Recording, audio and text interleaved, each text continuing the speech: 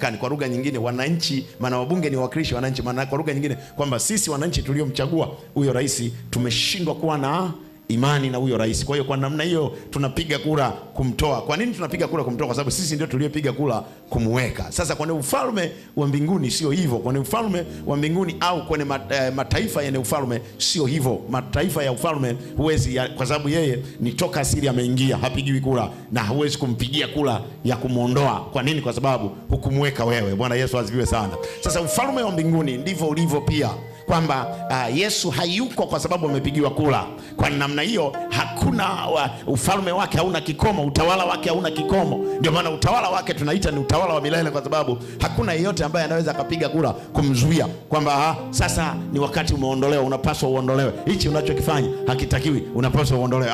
Kwenye nchi za kifalme hatufanyi hivyo, na kwenye ufalme wa Mungu haiko namna hiyo. Bwana Yesu asifiwe sana. Lakini tabia ya tatu ya ufalme, neno la mfalme ni sheria. Neno la mfalme ni sheria.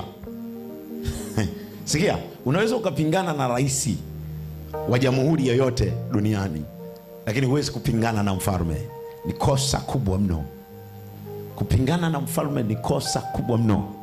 Kupingana na mfalme ni uhaini kwa lugha nyepesi, kwa sababu maana yake ni kwamba unapinga kile ambacho anataka kukifanya, unapinga utawala wake, humtaki. Sasa sikiliza, na nchi zote mpaka nchi za urais duniani, kosa, unaposikia kosa la uhaini maana yake nini?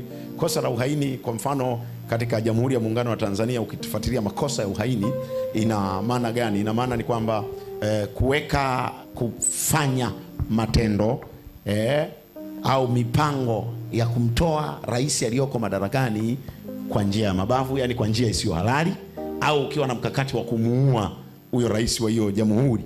Hiyo moja kwa moja inaitwa makosa ya uhaini. Na makosa ya uhaini hukumu yake, adhabu yake huwa ni kifo. Ndio kwamba sasa huyu bwana tumuondoe, maana ni tatizo kwenye nini? Kwenye taifa. Huwa hukumu yake ni kifo. Sasa hii mikakati kwenye mataifa ya marais ni tofauti, kwa sababu kwenye mataifa ya marais ni kwamba wananchi wana haki ya kutoa maoni, ni tofauti. Maana yake wananchi wanaweza katoa maoni. Sasa kwa mfalme hatutoagi maoni.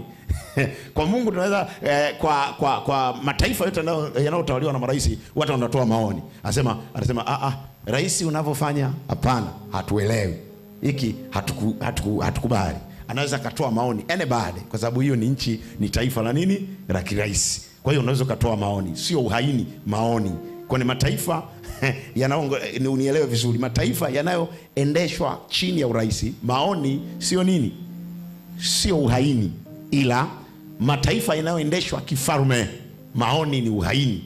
Ndio maana tunasema neno la mfalme hapingwi. Kwa hiyo neno lake ni sheria, anachokisema ni sheria, na neno la mfalme halihitaji kwenda bungeni. Hilo ni neno la mfalme. Neno la marais ndio linahitaji kwenda bungeni, lijadiliwe, lipitishwe, ndio iwe sheria. Lakini mfalme akiamka akatamka na iwe, na inakuwa hivyo. Kwa nini? Kwa sababu neno lake ni sheria.